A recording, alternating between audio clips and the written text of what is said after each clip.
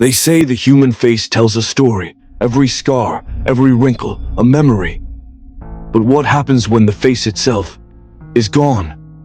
What if you turned a corner one night and saw someone staring back, with no eyes to see you, no mouth to scream, just skin?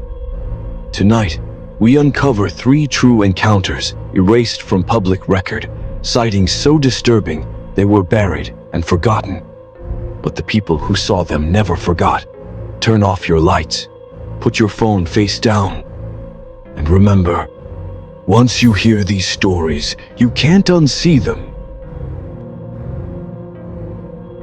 It was past midnight at a small hospital outside Cleveland.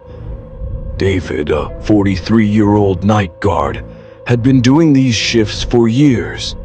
He thought nothing could surprise him anymore. Until February 12th, 2013.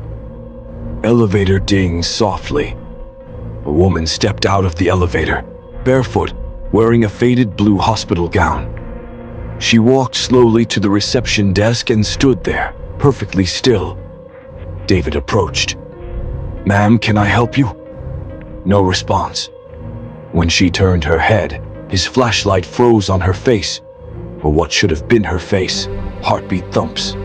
Smooth, no eyes, no lips, no nose, just a seamless sheet of skin, pale and motionless. He thought it had to be a mask, until she tilted her head and breathed. Radio crackles, static burst. David's walkie went dead. The security cameras glitched. Footage between 1:46 and 1:49 a.m. was corrupted, never recovered. He called for backup, but when another guard arrived, the woman was gone. No footsteps, no entry logs. Only a torn hospital bracelet left on the counter. Patient name, blank. ID number, 0, 0, 0, 0, 0. 3 days later, a nurse recognized the bracelet and turned white. It matched one from a patient who had died in that same hospital in 1997. David quit the next day. Now every night around 1:46 a.m., staff say the elevator dings once, even when no one's there. In 2009, 4 urban explorers entered a forgotten storm drain beneath Los Angeles. They streamed everything live, laughing, joking, their flashlights cutting through the dark. At first, it was normal. Graffiti, puddles, the smell of rust and mold. But after 30 minutes, they noticed something strange. The tunnel began repeating itself. Same cracked pipe, same graffiti tag, same torn trash bag, again and again. They marked the wall every 200 meters with orange spray paint, big X's. 10 minutes later, they passed their first mark again. Static, heartbeat echo. "Are we walking in circles?" one of them asked. "No," another said. "We're going straight."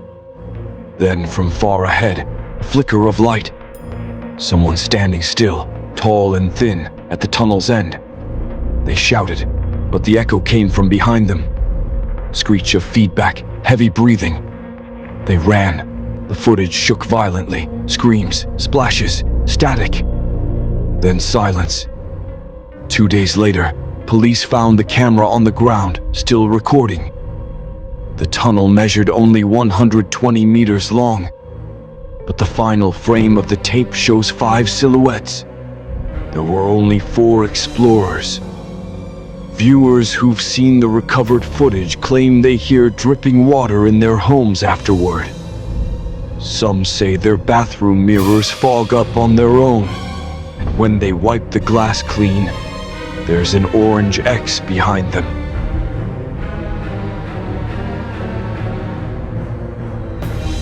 The last story came from an email sent at 3:17 a.m. Subject line: "I don't think I exist anymore." The writer, a software engineer from Chicago, had been experimenting with deepfake AI. He trained a model using thousands of his own photos. But after weeks of testing, the program began producing faces that weren't his.